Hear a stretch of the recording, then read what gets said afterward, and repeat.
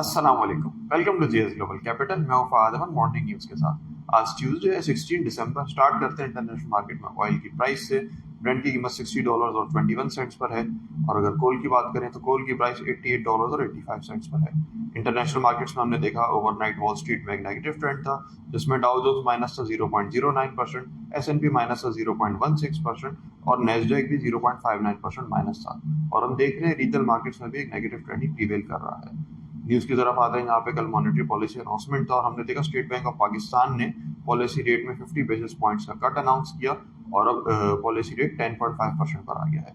ये काफ़ी एक पॉजिटिव डेवलपमेंट है, खासतौर पे पीएसएक्स के लिए और लिस्टेड कंपनीज के लिए, क्योंकि अनएक्सपेक्टेडली कॉस्ट ऑफ डेट में एक रिडक्शन आ सकती है। साथ ही साथ हमने देखा कि फोर्टनाइटली रिवीजन में डीजल की प्राइस में एक मैसिव कट आया है और 14 रुपीज़ पर लीटर के कट के बाद डीजल की प्राइस $265 और 65 रुपीज पैसा हो गई है।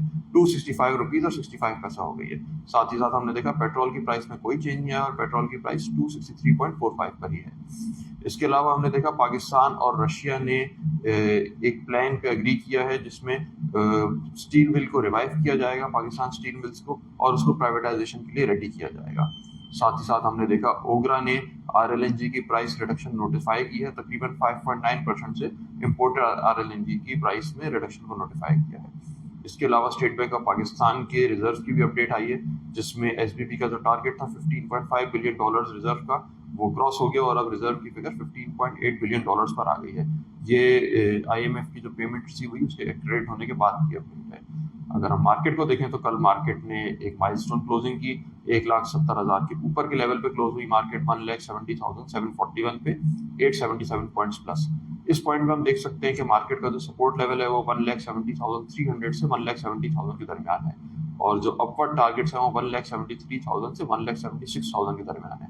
स्ट्रेटेजी थोड़ी सी अग्रेसिव कर सकते हैं, ईयर एंड भी आ रहा है। साथ ही साथ हम देख रहे हैं वैल्यू स्टॉक्स में भी अच्छी परचेजिंग हो रही है। मॉनेटरी पॉलिसी के इम्पैक्ट के बाद आज भी हम एक पॉजिटिव सेशन एक्सपेक्ट कर सकते हैं। तो अगर मार्केट में अपॉर्चुनिटी मिले तो स्टॉक्स को परचेज करके और शॉर्ट टर्म होल्डिंग के लिए रखा जा सकता है विद स्ट्रिक्ट स्टॉप लॉसेस। फिलहाल के लिए इतना ही। इंशाल्लाह मजीद अपडेट्स हम अपने सोशल मीडिया प्लेटफॉर्म में पोस्ट करते रहेंगे, हमें फॉलो कीजिएगा। इंशाल्लाह शाम में मुलाकात होगी मार्केट रैप में। टेक केयर, अल्लाह हाफिज़।